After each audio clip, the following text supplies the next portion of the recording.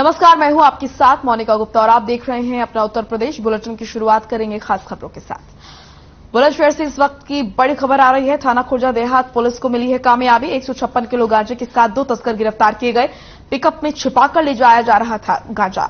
आलू की बोरी के नीचे छिपा था गांजा। करीब 15 लाख बताई जा रही है इस गांजे की कीमत।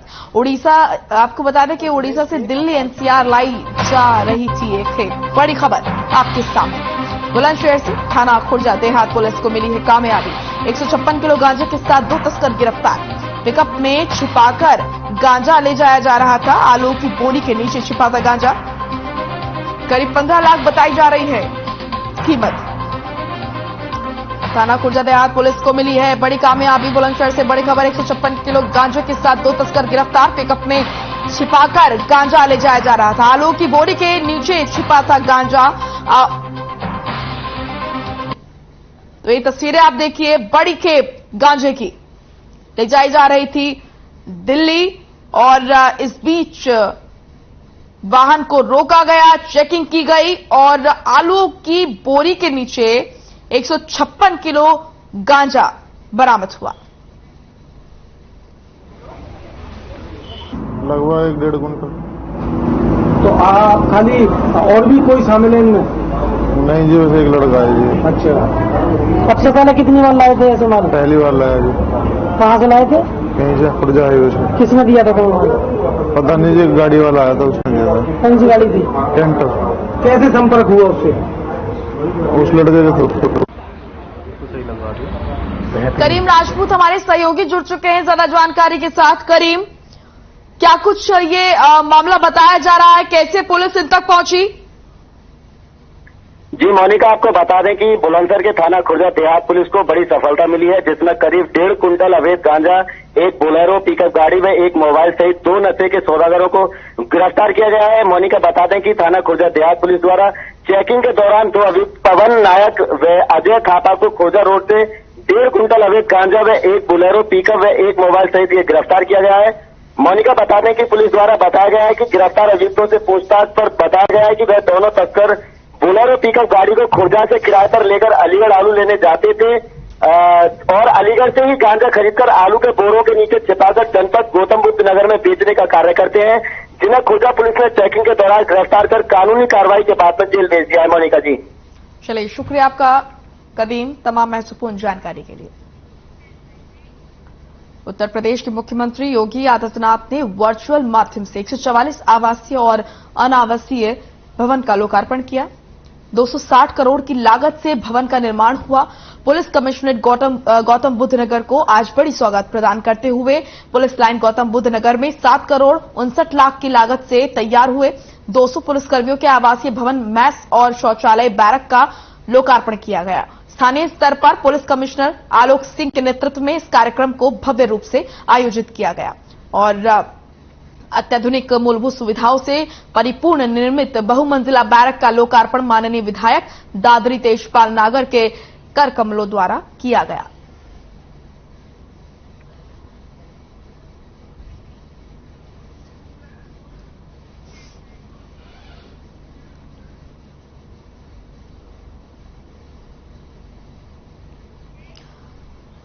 रेल मंत्री अश्विनी वैष्णव पश्चिमी उत्तर प्रदेश के दौरे पर हैं। आपको बता दें कि उन्होंने उत्तर रेलवे मुरादाबाद मंडल के धामपुर रेलवे स्टेशन का दौरा किया। साथ ही बिजनौर और धामपुर के बीच के सेक्शन में रेलवे लाइनों और रेलवे स्टेशनों का निरीक्षण किया। यहां पर आपको बता दें कि उत्तर रेलवे के महाप्रबंधक आशुतोष गंगल और उत्तर रेलवे के प्रमुख विभागाध्यक्ष और मुरादाबाद मंडल के वरिष्ठ रेल अधिकारी मौजूद रहे। रेल मंत्री ने धामपुर रेलवे स्टेशन और वहां मौजूद यात्री सुविधाओं का जायजा लिया। उन्होंने अधिकारियों को स्टेशन पर अत्याधुनिक सुविधाएं, जिसके अंतर्गत स्टेशन परिसरों में लिफ्ट और एस्केलेटरों, बैठने की पर्याप्त सुविधाएं, खानपान, पेयजल उपलब्ध कराने के निर्देश दिए।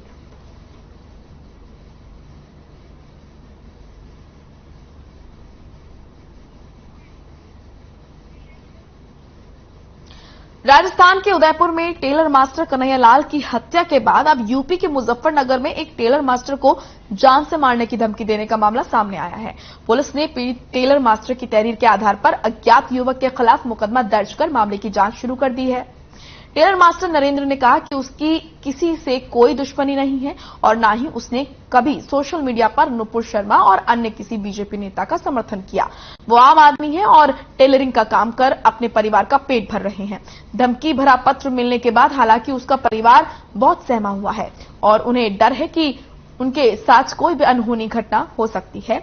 वहीं मामले की जांच करने पहुंची सीओ सिटी कुलदीप सिंह ने कहा कि टेलर मास्टर की दुकान पर अज्ञात व्यक्ति की ओर से धमकी भरा पत्र डाला गया है जिसमें टेलर मास्टर को मारने की धमकी दी गई है। हमने तत्काल मौके पर पहुंचकर मामले की गहनता से जांच शुरू कर दी है और जल्द ही आरोपी व्यक्ति को गिरफ्तार कर मामले का खुलासा किया जाएगा।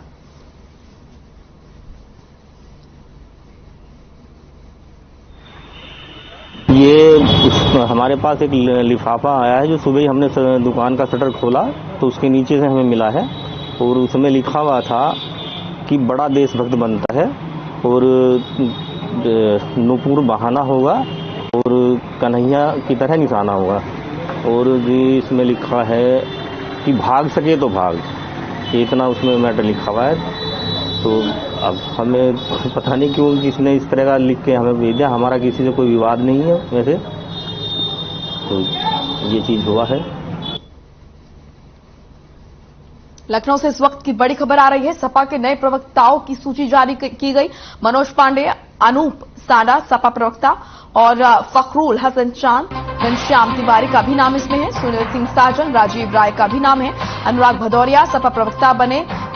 मिठाई लाल भारती, महेश आर्य का भी लिस्ट में नाम है। आईपी सिंह, पवन पांडे, जूही सिंह भी सपा प्रवक्ता। अभिषेक मिश्रा और उदयवीर सिंह का भी इस लिस्ट में नाम। नाहिद लारी खान, निधि यादव सपा प्रवक्ता और मनोज यादव, काका अब्दुल हाफिज गांधी भी प्रवक्ता हैं और नावेद सिद्दीकी, राजपाल कश्यप का भी इस लिस्ट में नाम। तो ये बड़ी खबर आपके सामने। सपा ने नए प्रवक्ताओं की सूची जारी की है। मनोज यादव, काका अब्दुल हाफिज गांधी भी प्रवक्ता। लखनऊ में हर खबर की खबर का असर देखने को मिला है। दरअसल हमारे संवाददाता आनंद सिंह ने कुछ दिन पहले लखनऊ की बदहाल ट्रैफिक व्यवस्था की तस्वीर दिखाई थी। खबर चलने के बाद प्रशासन की नींद टूटी और लखनऊ के मुख्य मार्गों और चौराहों पर पुलिस की गश्त बढ़ाई गई। आपको पहले की तस्वीर और अब की तस्वीर दिखाते हैं। भी बात करूंगा कि यहाँ पे गाड़ी खड़ी करने का क्या मुख्य कारण है। बस आप थोड़ा सा ड्राइवर साहब ये बताइए, ये जो गाड़ी आपने यहाँ पर खड़ी कर रखी है ये सरकार का आदेश है क्या? नहीं नहीं, सरकार ने बोल रखा है आप पूरी तरह से पूरी सीट भरेंगे तभी यहाँ से बढ़ेंगे? नहीं नहीं जा रहे हैं। नहीं तो आप यहाँ गाड़ी क्यों रोक रहे थे? अरे रोक दिए थे। क्या कारण था रोक? कोई कारण नहीं था, सवारी ऐसा कम मिलता है आपको अगर पूरी सवारी लेकर ना चले तो? नहीं नहीं पूरा मिलता। तो ये जो रोड जाम हो रही है इसके कारण कहीं ना कहीं आप बन रहे हैं ना? नहीं चल रहे हैं, जा रहे हैं भाई। इनका भी खास तौर से ही बोलना है, जा रहे हैं भाई। यह है लखनऊ की स्थिति कि पूरा महकमा चेंज होने को है लेकिन लखनऊ की स्थिति सुधरने का नाम नहीं ले रही है। बड़ी सी बड़ी गाड़ियां यहाँ आकर खड़ी होती हैं और पूरे रोड की ऐसी की तैसी करे पड़े हैं। लेकिन कमिश्नर पुलिस जितना वादे कर लें कि मैं ट्रैफिक व्यवस्था सुधार लूंगा, ये कर लूंगा, ये देखकर आप ट्रैफिक व्यवस्था को देख सकते हैं कि ये सरकारी बसें जो रोड बीच पर खड़ी होती हैं और पूरी तरह से महकमे को खराब करने पर तुली हुई हैं। ट्रैफिक व्यवस्था को लेकर हमारे चैनल हर खबर पर पहले भी यहाँ चारबाग की स्थिति दिखाई जा चुकी है कि चारबाग की क्या स्थिति रही है ट्रैफिक को लेकर।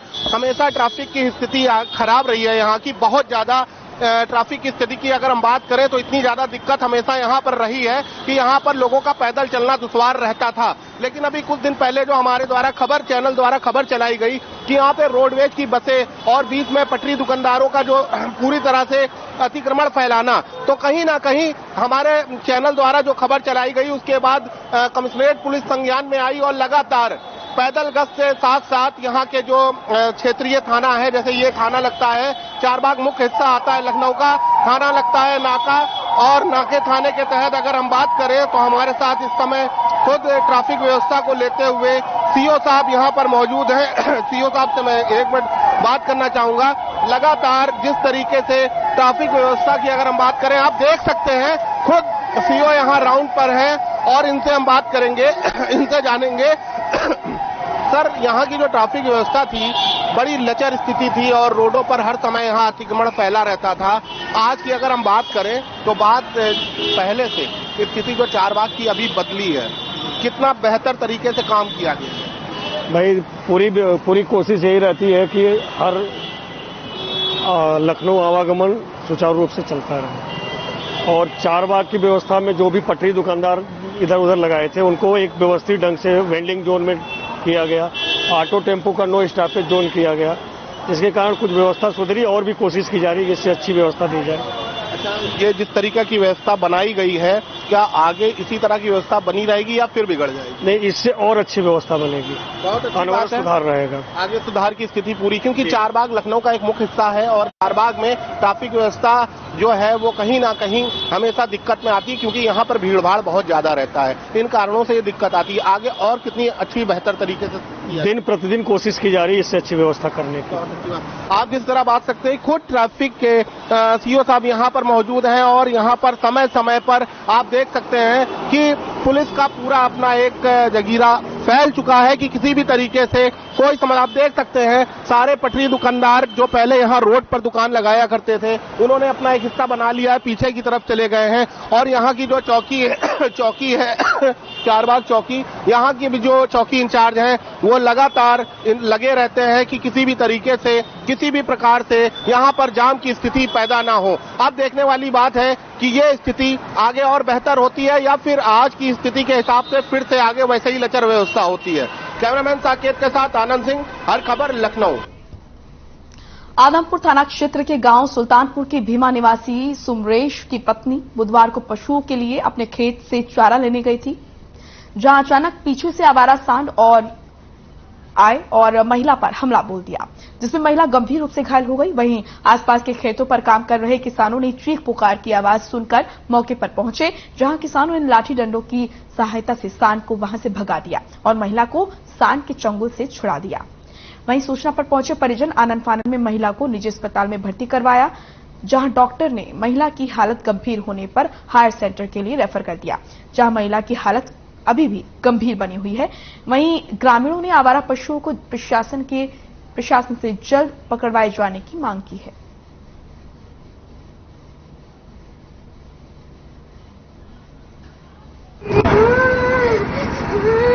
ये सब इन्हों के बहुत ही यानी आर पार पेट में से कर दिया है। यहाँ से डॉक्टर साहब ने गजरे पहुंचाई हैं, गंभीर मरीज किए ज्यादा। अच्छा, गांव में कितने आवारा पशु हैं? आवारा पशु कम से कम 100-150 हैं इस टाइम, देख लो जी अपने आप चल कर। अच्छा, ने पकड़वाने की कोई मांग करी है अधिकारियों से? करी ही, हम तो गाय भी ले गए थे परसों और मैंने वापस आएगी, हमारे घर ही आएगी। पशुओं के लिए चारा लेने गई थी अपने खेत पर ही और अचानक से किधर से आकर सांड ने हमला कर दिया। क्या नाम है उनका? सुमरेश। आपकी क्या लगती हैं? हमारी चाची है। कितनी चोट मारी सांड ने? ये उसने पेट ही फाड़ दिया। महोबा से इस वक्त की बड़ी खबर आ रही है। शिक्षक की शर्मनाक करतूत सामने आई है। नशे की हालत में, अर्धनग्न हालत में मिला, स्कूल में ही नशे की हालत में मिला शिक्षक का वीडियो हुआ वायरल। बड़ी खबर आपके सामने, स्कूल में ही नशे की हालत में मिला शिक्षक का वीडियो वायरल हुआ। दरअसल आपको बता दें कि स्कूल में ही नशे की हालत में अर्धनग्न अवस्था में शिक्षक जो है वो मिला। तस्वीरें आपको दिखा रहे हैं और जब शिक्षकों की ये हालत है तो आप सोचिए कि बच्चों का भविष्य क्या होगा जिनको ये पढ़ाते हैं। नशे की हालत में धुत नजर आया शिक्षक, अर्धनग्न अवस्था में स्कूल में नजर आया और ये वीडियो काफी वायरल हो रहा है। प्रतापगढ़ गेस्ट हाउस में 3 मंत्रियों का जत्था पहुंचा और प्रयागराज मंडल प्रभारी मंत्री जयवीर सिंह की अगुवाई में स्वतंत्र प्रभार गिरीश यादव और राज्य मंत्री मनोहर लाल कोरी ने विकास भवन में समीक्षा बैठक की। बैठक के दौरान डीएसओ विद्युत विभाग समेत कई अधिकारियों की जमकर क्लास लगाई। वहीं शाम 5 बजे आला अफसरों के साथ मेडिकल कॉलेज का निरीक्षण करने पहुंचे। मंत्री के निरीक्षण में सब कुछ चाक चौबंद दिखाने की व्यवस्था की गई थी। इमरजेंसी के सामने आधा दर्जन स्ट्रेचरों पर सफेद चादर बिछाई गई, तो इमरजेंसी वार्ड में भी मरीजों के बेडों पर सफेद चादरें बिछी देखी गई। मंत्री जयवीर सिंह ने मरीजों से पूछा कि ये चादर कब बिछाई गई है, दवाएं बाहर से डॉक्टर लिखते हैं या अंदर ही मिलती है। साथ ही इमरजेंसी में रजिस्टर न देखकर स्वतंत्र प्रभार मंत्री गिरीश यादव भड़क गए।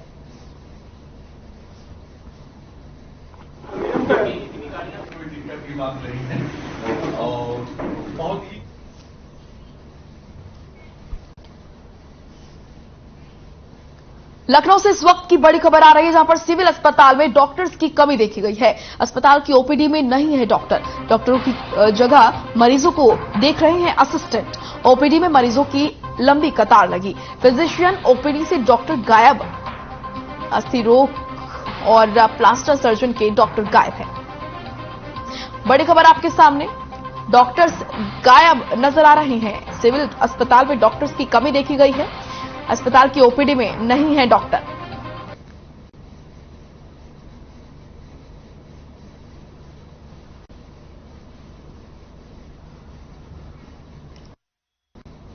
तो सिविल अस्पताल में डॉक्टर्स की कमी देखी गई। अस्पताल की ओपीडी में डॉक्टर मौजूद नहीं है, जिससे कि मरीजों की भीड़ लग गई और मरीजों को इलाज नहीं मिल पा रहा है, जिससे कि मरीज काफी परेशान हो रहे हैं।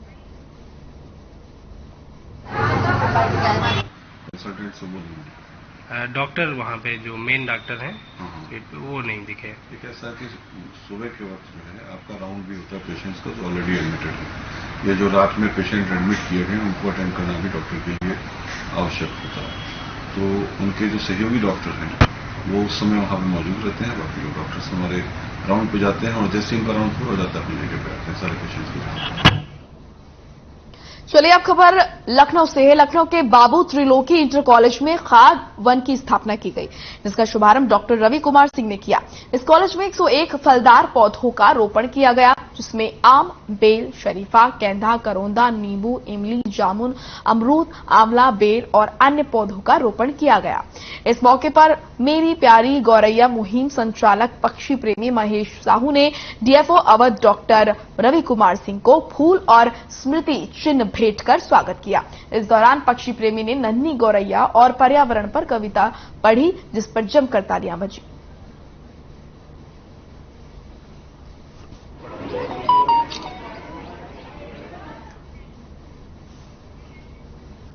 चंदौली से बड़ी खबर आ रही है। मुगलसराय में तेलंगाना पुलिस की रेड। आपको बता दें, अभिषेक जैन के घर पुलिस की रेड। आईटी एक्ट से जुड़ा बताया जा रहा है मामला। घर से 9 करोड़ से ज्यादा का कैश बरामद किया गया है। तो ये बड़ी और महत्वपूर्ण जानकारी आप तक पहुंचा रहे हैं। आपको बता दें कि 9 करोड़ से ज्यादा जो है वो बरामद किए गए। बड़ी खबर आपके सामने, मुगलसराय में तेलंगाना पुलिस की रेड। चंदौली से बड़ी खबर, अभिषेक जैन के घर पर पुलिस की रेड और आईटी एक्ट से जुड़ा ये मामला बताया जा रहा है। घर से 9 करोड़ से ज्यादा का कैश बरामद हुआ है। तो ये देखिए, ये घर की तस्वीरें जब छापेमारी की गई और तेलंगाना पुलिस की ये रेड मुगलसराय में। चंदौली से बड़ी खबर आपके सामने, अभिषेक जैन के घर पे पुलिस की रेड और आईटी एक्ट से जुड़ा ये मामला बताया जा रहा है।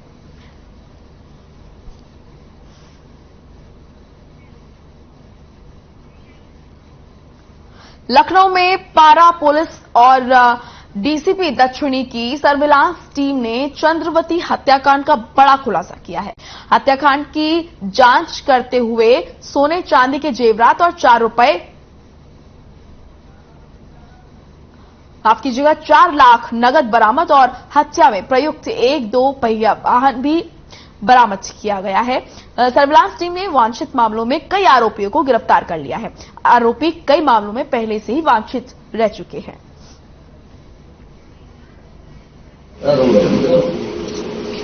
जो हम लोग को लगा था कि प्रॉपर्टी का डिस्प्यूट है, वही बात इसमें सामने आई है, क्योंकि महिला निसंतान थी, इसके पति की भी डेथ हो चुकी थी, कोई वारिस नहीं था और इसने किसी को वसीयत भी नहीं की थी। इसका भतीजा अवधेश यादव है, जो कि ये बार बार इसे से मिलता था और इसके प्रॉपर्टी के बारे में बातें करता रहता था। ये सूचना हम लोग को मिली थी। तो अवधेश यादव हिरासत में लिया गया, उससे पूछताछ की गई तो सारी बातें क्लियर हुई। इसने बताया कि अपने एक साथी अजय श्रीवास्तव, जो कि सिद्धार्थनगर का रहने वाला है। लखनऊ से बड़ी खबर आ रही है। राष्ट्रीय संगोष्ठी का आयोजन किया गया। विश्वेश्वरैया सभागार में हुआ है आयोजन। दीनदयाल उपाध्याय सेवा प्रतिष्ठान ने किया आयोजन। राजस्थान के राज्यपाल कलराज मिश्र भी इसमें शामिल हुए। पूर्व उप मुख्यमंत्री दिनेश शर्मा हुए शामिल। पूर्व मंत्री डॉक्टर महेंद्र सिंह भी रहे मौजूद। पंडित दीनदयाल की जीवनी पर हो रही चर्चा। तो ये बड़ी खबर लखनऊ से। राष्ट्रीय संगोष्ठी का आयोजन किया गया। विश्वेश्वरैया सभागार में हुआ आयोजन। आपको बता दें, दीनदयाल उपाध्याय सेवा प्रतिष्ठान ने किया आयोजन। पूर्व मंत्री डॉक्टर महेंद्र सिंह भी रहे मौजूद। वहीं पंडित दीनदयाल की जीवनी पर चर्चा हुई। बड़ी खबर आपके सामने। लखनऊ से बड़ी खबर, राष्ट्रीय संगोष्ठी का आयोजन किया गया। ये तस्वीरें आप देख रहे हैं। पंडित दीनदयाल उपाध्याय की जीवनी पर चर्चा हुई।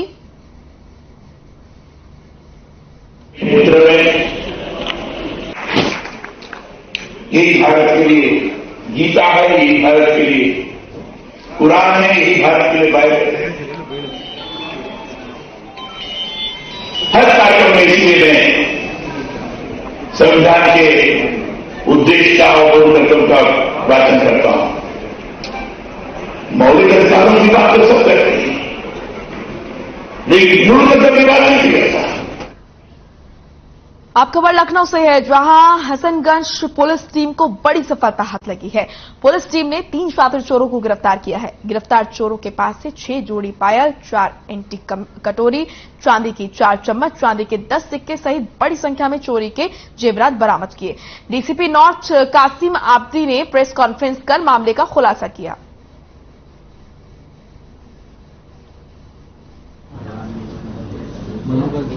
ये कितने घरों से चोरी हुई थी और कितने दिनों में ये बरामद कर गिरफ्तारी की गई? दिनांक 2/7/2022 व 12/8/2022 को थाना क्षेत्र हसनगंज में रिपोर्ट पूजा होगी, जिसके संबंध में FIR पंजीकृत किया गया था और तब से लगातार हम लोग इसके ऊपर वर्क कर रहे थे। सर्विलांस की team, crime team, fitting team लगातार इसके ऊपर काम कर रही थी और इसमें मुखबिर की हम लोग सूचना मिली कि इसमें 3 व्यक्ति इसमें इन्वॉल्व हैं। कन्नौज से बड़ी खबर आ रही है। ACS नवनीत सहगल पहुंचे कन्नौज। एक जिला एक उत्पाद को लेकर बैठक की गई। इत्र निर्माताओं के साथ अहम बैठक की गई। इत्र के एक्सपोर्ट को बढ़ावा देने पर चर्चा की गई। इत्र के विदेशी एक्सपोर्ट को बढ़ावा देगी सरकार, ये कहा। ACS ने निर्माणाधीन इत्र पार्क का भी करेंगे निरीक्षण। तो ये बड़ी खबर आपके सामने। आपको बता दें कि ACS नवनीत सहगल पहुंचे कन्नौज और एक जिला एक उत्पाद को लेकर बैठक की गई। इत्र निर्माताओं के साथ इस बैठक में अहम चर्चा हुई। इत्र के एक्सपोर्ट को बढ़ावा देने पर चर्चा हुई। निर्माणाधीन इत्र पार्क का भी निरीक्षण किया। बड़ी खबर, ACS नवनीत सहगल पहुंचे कन्नौज। एक जिला एक उत्पाद को लेकर इस दौरान बैठक हुई। तस्वीरें आप देख रहे हैं। ACS नवनीत सहगल कन्नौज पहुंचे। एक जिला एक उत्पाद को लेकर बैठक की गई। पूरी टीम एक हमारा जो एक जनपद एक उत्पाद का प्रोडक्ट है यहाँ का कन्नौज का, उसके उद्योग के जो उद्यमी हैं उनसे वार्ता करने और यहाँ पर इस कन्नौज के इत्र को और कैसे आगे बढ़ाया जा सकता है, इसकी जो निर्यात है, जो इसका एक उत्पादन है, और कैसे बेहतर किया जा सकता है, उसके बारे में एक जो उद्यमियों से हम लोग चर्चा करने आए थे। कन्नौज में इत्र परफ्यूम पार्क एक बनना है, उसको जल्दी से जल्दी कंप्लीट करके उसमें क्या समस्याएं आई हैं उसके बारे में बात करने आए थे। तो आज जो चर्चा हुई है उसके हिसाब से UPCDA ने ये बताया कि वो 15 नवंबर तक पार्क जो है वो कंप्लीट कर देंगे। उद्यमियों से बात हुई क्योंकि वहाँ अलॉटमेंट प्रोसीजर होना है। इसके अलावा एक जनपद एक उत्पाद योजना में कोई कॉमन फैसिलिटी जो उपलब्ध कराई जा सकती हैं, जो तकनीक में उद्यमियों को मदद चाहिए, जो रॉ मटेरियल में कच्चे माल की उपलब्धता में उद्यमियों को मदद चाहिए, उस सब के बारे में काफी आज विस्तार से चर्चा हुई है। खबर अमरोहा से है, जहां पर एसपी अमरोहा के आदेश पर अमरोहा जनपद पुलिस ने एक विशेष अभियान चलाया, जिसमें 125 वाहनों का चालान किया गया और 30 डग्गामार वाहनों को सीज किया गया। आपको बता दें कि अमरोहा जनपद में सड़क दुर्घटनाओं को देखते हुए अवैध डग्गामार वाहनों के खिलाफ कड़ी कार्रवाई करने के संबंध में प्रशासन ने निर्देश दिए थे, जिसके बाद डग्गामार वाहनों के खिलाफ अभियान चलाकर चेकिंग की गई। अभियान में डग्गामार वाहनों के साथ 125 वाहनों का चालान किया गया और पिछले 2 दिन में लगभग 30 डग्गामार वाहनों को सीज किया गया, जिसमें अवैध रूप से चल रही बसें, अवैध खनन ट्रक, टेम्पू, इको आदि शामिल है।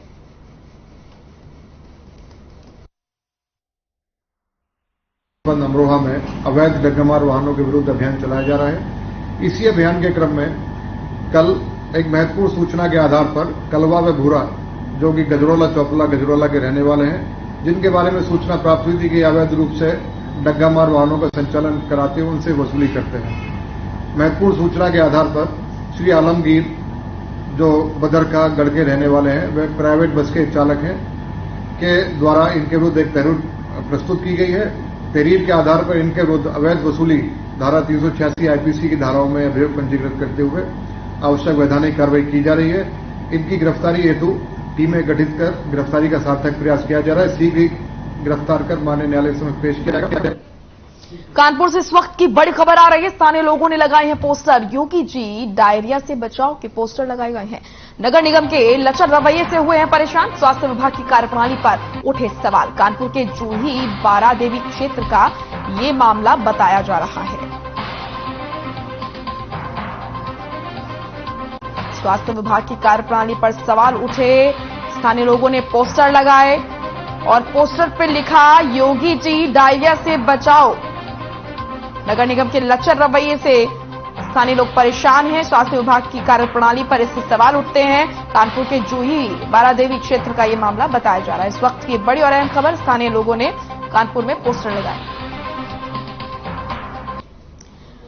प्रयागराज में जिलाधिकारी की अध्यक्षता में जिला उद्योग बंधु समिति की बैठक संपन्न हुई। जिलाधिकारी ने उद्यमियों की समस्याओं को प्राथमिकता पर निस्तारित करने के निर्देश दिए। उन्होंने उपायुक्त रोजगार को मंजू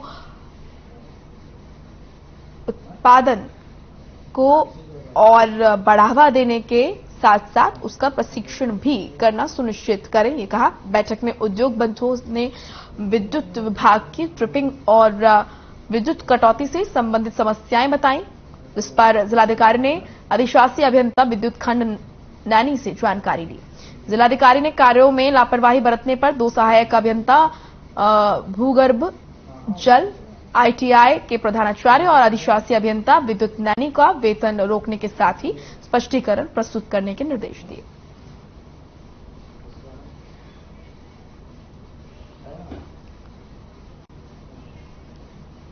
रायबरेली से बड़ी खबर आ रही है। युवक को पेट्रोल डालकर जिंदा जलाया। प्रेमिका से मिलने पहुंचा था युवक। युवती के परिजनों ने कमरे में बंद करके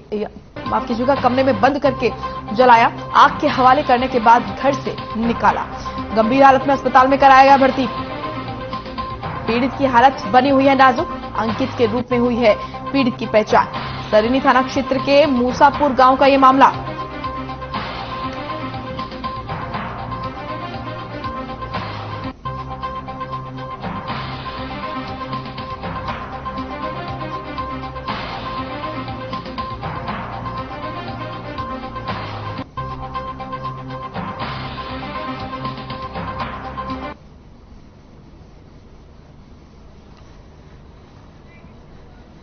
तो ये तस्वीरें आप देख रहे हैं। युवक को पेट्रोल डालकर जिंदा जलाया गया।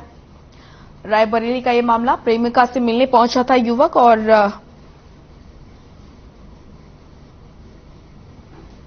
प्रेमिका के घर वालों ने युवक को पेट्रोल डालकर जिंदा जलाया। युवक की हालत गंभीर बनी हुई है। इस वक्त की बड़ी खबर आ रही है लखनऊ से। मॉल और बाजारों में ड्रोन से नजर रखी जा रही है। थाना गोमती नगर पुलिस ने रखी है नजर। भीड़भाड़ वाले इलाकों में नजर रखी जा रही है। ड्रोन के जरिए नजर रखी जा रही है भीड़भाड़ वाले इलाकों में।